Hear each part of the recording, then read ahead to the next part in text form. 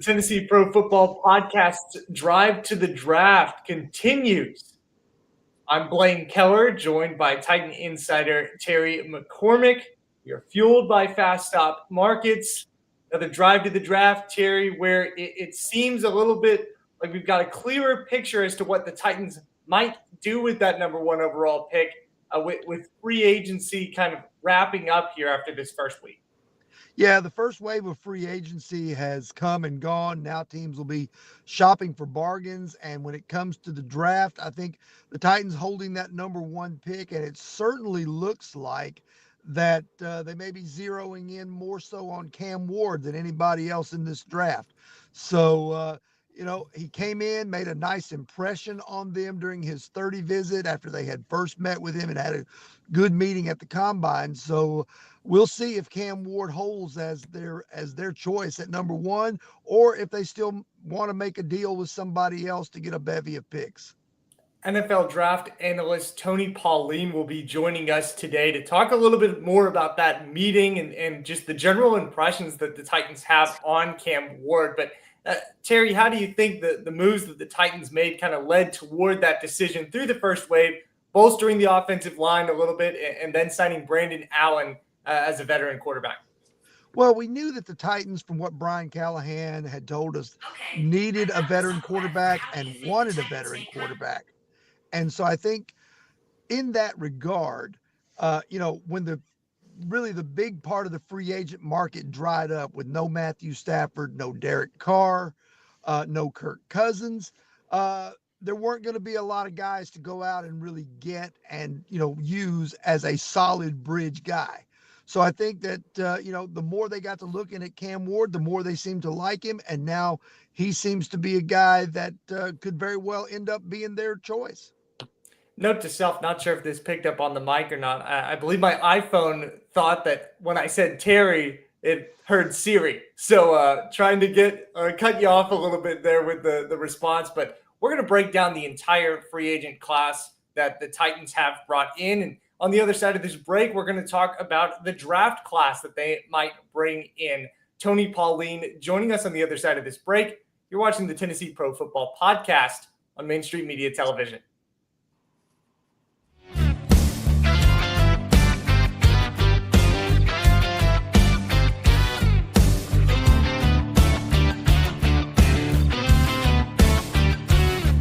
With multiple locations across Tennessee, family-owned Fast Stop Markets knows you need simple.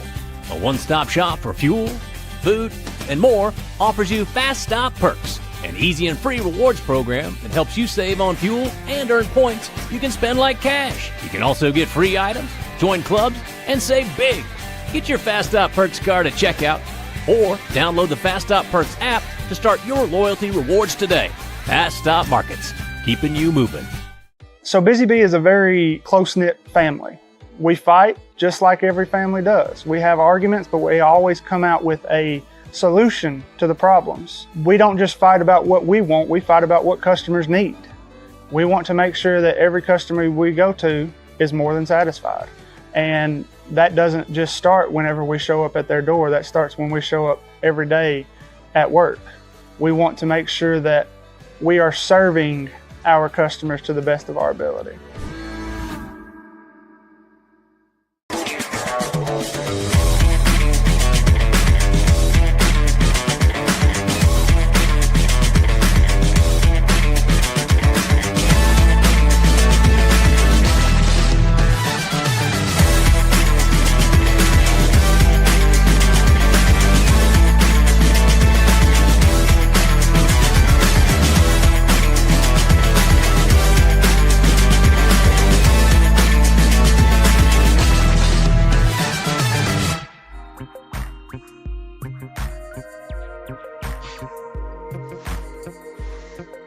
Be sure to check out Fast Stop Markets. That's our fueling partner for the Tennessee Pro Football Podcast Drive to the Draft. 17 stops and counting in Middle and West Tennessee, Centerville, Dixon, White Bluff, Spring Hill, and now 4 locations in Columbia. We continue our drive to the draft with 20-year draft analyst, currently with Sportskeeda.com, Tony Pauline, who reported at the beginning of the month that the Titans liked Cam Ward, quarterback of Miami, a lot, Tony, do they like him more than any other prospect in the draft to take him number 1 overall? Well, there may be other prospects that they have rated higher, but they've got a glaring need at the quarterback position. They fortified and filled some holes on their offensive line and free agency. Cam Ward is head and shoulders the best quarterback in this year's draft. So I think it's a question of, are they going to be able to get a good quarterback in the second round versus, say, a good edge rusher or something like that? I don't know what their board is, but as you mentioned, I reported that they like Cam Ward, and all of my mock drafts since the order has been established or since the playoffs began, whenever I did a mock draft, I always had Cam Ward going to the Tennessee Titans with that first pick. I never wavered. I never had Abdul Carter or anybody else because of the fact that he is head and shoulders the best quarterback in this year's draft, and they need a quarterback. Tony, saw you down at the Senior Bowl, and one of the things I asked you was how far down your prospect list a quarterback can be, and you still feel good about a team taking them at number 1. Where do you have Cam Ward rated on your big board in terms of being a prospect, and is he worth the number 1 overall pick just because he's the best quarterback in this draft? Yeah, it's a good question. I mean, right now, he's the 8th rated player on my draft. Abdul Carter, Travis Hunter, Jalen Walker, Ashton Genty, Ted McMillan, Will Campbell, Mason Graham are ahead of him. Now, I mean, should you take the 8th player on your board with the first pick of the draft? If it was me, I would say no. I would fill other holes with best players available. But, as you know better than anybody covering the Titans, it's no longer we're no longer in a day and age where you draft a player and you wait 3 years to decide whether or not that player is going to going to develop. The general managers and the coaches no longer have 3 and 4 years to build a team. It's a here and now sport. People want to know 3 weeks into the season whether a team made the best choice in the draft. So if it was me, I would say no, but I'm old school. In 2025, when you have a glaring need at the quarterback position, and as you guys mentioned in the open, Derek Carr going back to New Orleans, the Atlanta Falcons holding on to Kirk Cousins, that just shows you the importance or maybe the over-importance of the position these days. I want to ask you to backtrack a couple of seasons and talk about Will Levis. Did the Titans fail Will Levis by not protecting him and not providing him with good receivers? Or did Will Levis fail the Titans by not learning the offense and being a smart decision maker always with the football? A little bit of both. I mean, when you draft a quarterback early, you better have a plan in place to protect him. Over my years, almost 30 years in this business, I've seen time and time again where a team will invest high draft capital, a lot of picks, early picks into a quarterback, yet they don't do as much to protect him. And that usually ends up in failure. And we can go through, the list of names. As far as Levis is concerned, he shoulders a large part of the blame. I mean, he was a guy who came in, looking like a bodybuilder, could throw the ball 80 yards down the field. But even in college, even in Kentucky, was not always a good decision maker, did not always protect the football, did not spread the ball around, seemed to be more concerned with just throwing the ball through receivers rather than putting touch on throws and making the right decision. So I think both sides are to blame in this. Is there a challenge with Cam Ward and that kind of decision-making that you alluded to with Will Levis, kind of a similar hero ball mentality that both come out of college with? Is the biggest difference between those two prospects the fact that the Titans might be able to protect him more on that offensive line? I think with Cam Ward is playing the best football of his life right now. And I always put a premium on quarterbacks in the draft who are coming off of terrific seasons before they entered the draft. Jaden Daniels, Bo Nix, all those guys, were outstanding quarterbacks their final season before they entered the draft. Will Levis was a little bit up and down. Cam Ward fits that mold. Cam Ward was a much better quarterback in 2024 than he was in 2023. You could see that the first game he played for the Miami Hurricanes against Florida. I mean, mentally, he was in control of his situation. He was making good choices. Just the clairvoyance, his pocket presence, his awareness.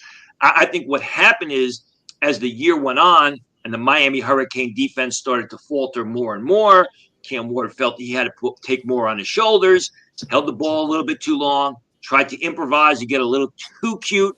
That has to be coached out of him. But it wasn't something that was omnipresent throughout the entire season. Tony, one of the things that, we know about the Titans is they don't just need a quarterback. So even if they do take Cam Ward, they've got issues at wide receiver still. They've got issues at edge rusher.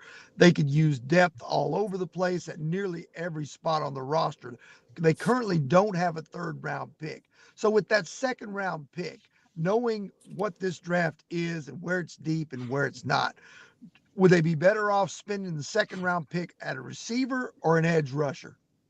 Depends on which player is higher rated on the board at their time. If Nick Scourton of Texas A&M is available to them at the top of round 2, he's my 30th player on the board. He's a terrific edge rusher. He's got a lot of upside.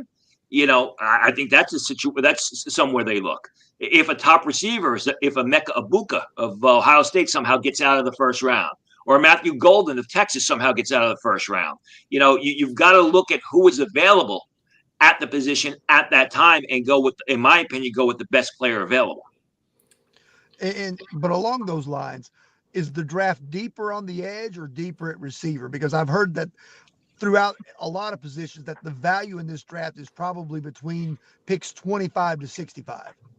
25 to 65, even day 3, because remember, this is the final year where players got that extra season of COVID eligibility from the NCAA. So what's going to happen is day 3, and we forget about day 3 because, rounds 1 and 2 are always the talking points in the media, but day 3, you can get good players as well.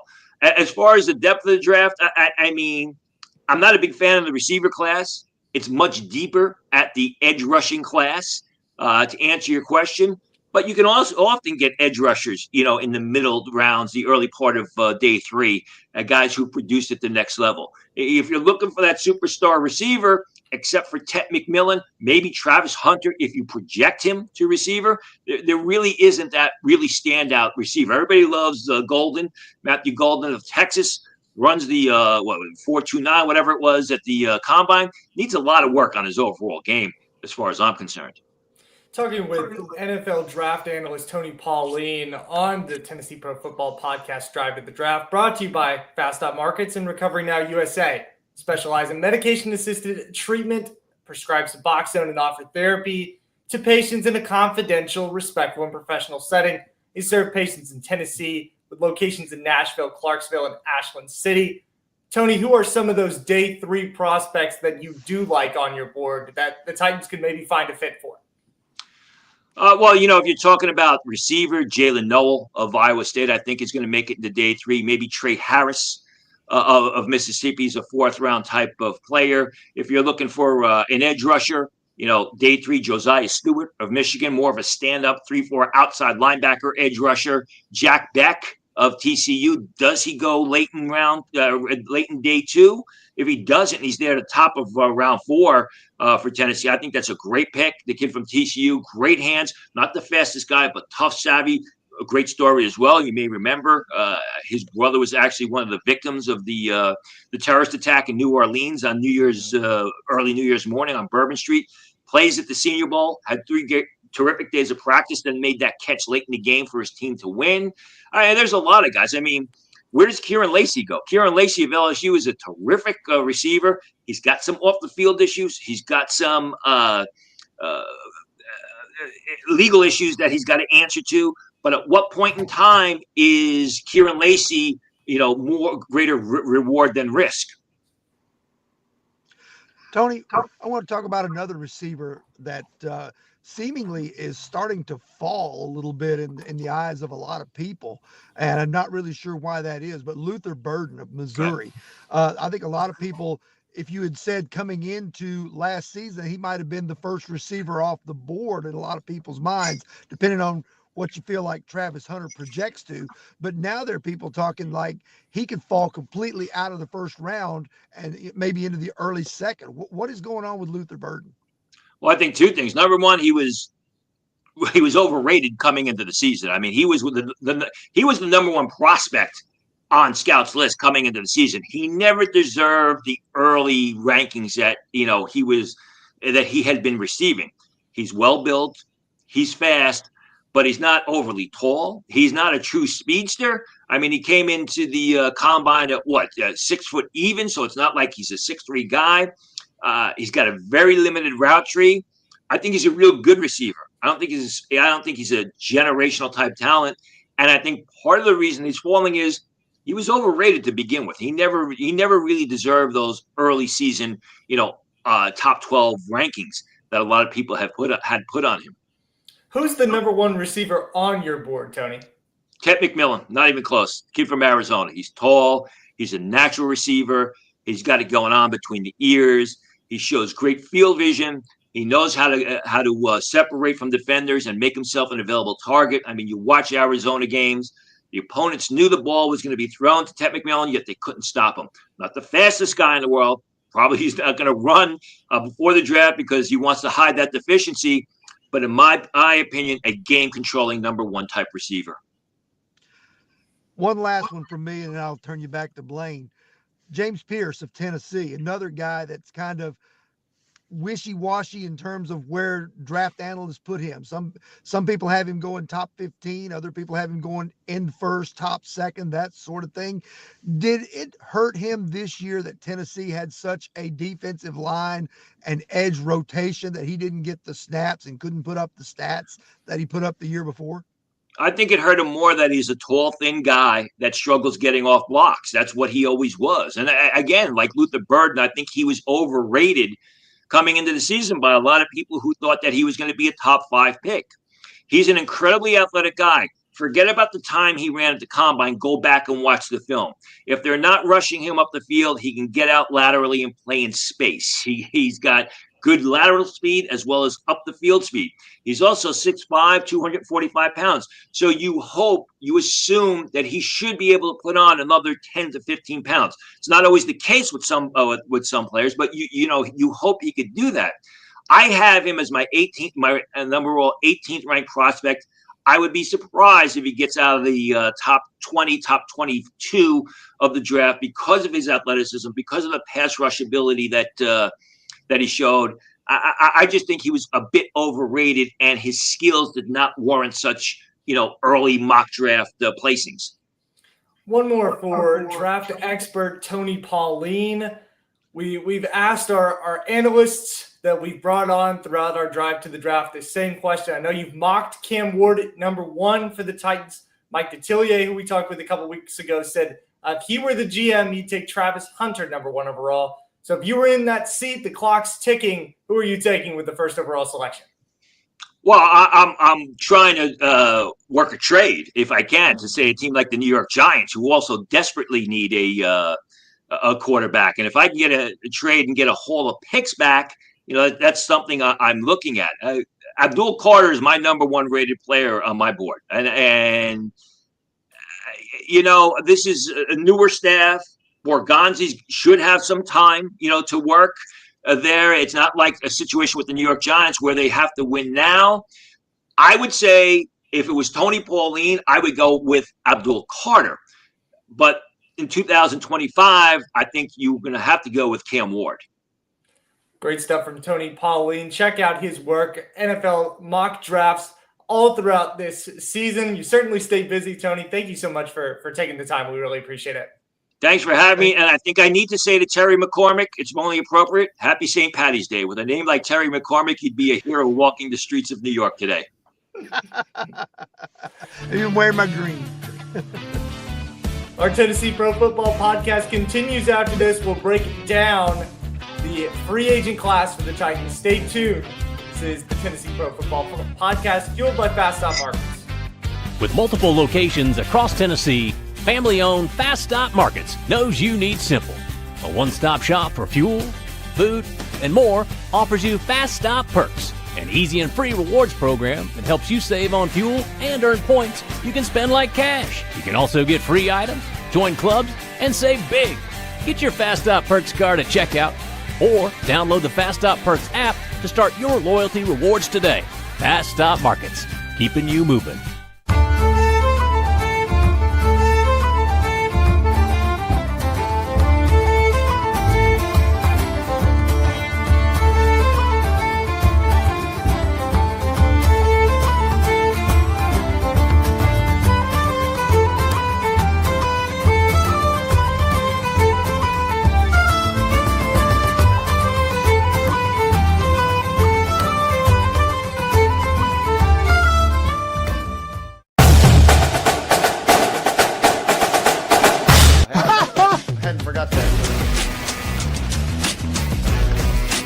Hey, let's go Stros.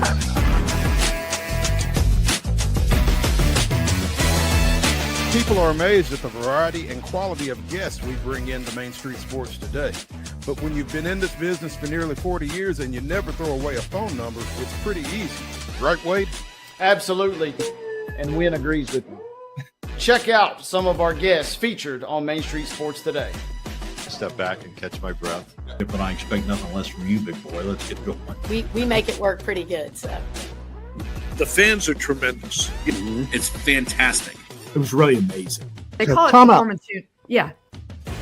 From preps to pros, you never know who's going to stop by, so be sure to listen to and watch Main Street Sports today from 2 to 4 p.m. daily on the MSM TV app. Check out Main Street Sports today. Check out Fast Stop Markets. Their stores are clean, employees are friendly, and they've got the best loyalty program, as we mentioned, with Fast Stop Perks. Thank you for fueling our drive to the draft here on the Tennessee Pro Football Podcast. Terry, I've got a breakdown of the list here of all the free agent moves that the Titans made. Wrote them freehand. You let me know if I'm missing anything. We'll run straight through them now. Not in order, but starting on the defensive side, the Titans traded away starting linebacker Kenneth Murray Jr. to the Dallas Cowboys in a pick swap. Cut edge player Harold Landry. Chidobe Awuzie was cut yesterday. They signed Brandon Allen, who we talked about at the quarterback position. In place of Kenneth Murray, Cody Barton was signed at linebacker. In place of Quandre Diggs at the safety spot, it's Xavier Woods. Dan Moore was the priciest signing that the Titans made, part of bolstering that offensive line. Van Jefferson is in at wide receiver, former Ravenwood product. Nick Westbrook-Akine is out, signing with Miami. Draymond Jones was a part of a flurry of signings on Wednesday, as was Kevin Zeitler, one of the top guards on the market. And, of course, releasing Ryan Stonehouse, or choosing not to re-sign Ryan Stonehouse in place of Johnny Hecker. Did I touch base on all of that? I think I might be missing a few veteran re-signings. They did sign a depth guard and tackle in, I think it's Blake Hance. Yep, and Corey Levin re-signed as well. Corey Levin came back as well to be the backup center. So the inevitable Corey Levin. Corey Levin is amazing. You know, he was drafted by this team in 2017. In a roundabout way, he is the longest tenured member of the Tennessee Titans. You know, he bounced around a little bit, came back, and he's found his way back here every season. It's amazing. But in terms of the moves that the Titans have made, you know, a lot of eyes were on Dan Moore, who got big money from the Titans. I think an $82 million deal overall, with a good sizable chunk of that guaranteed. He's going to move. He's going to take over at left tackle. J.C. Latham's going to slide over to the right side. And then along with the addition of Kevin Zeitler at right guard, it's going to be another remade line for the Titans.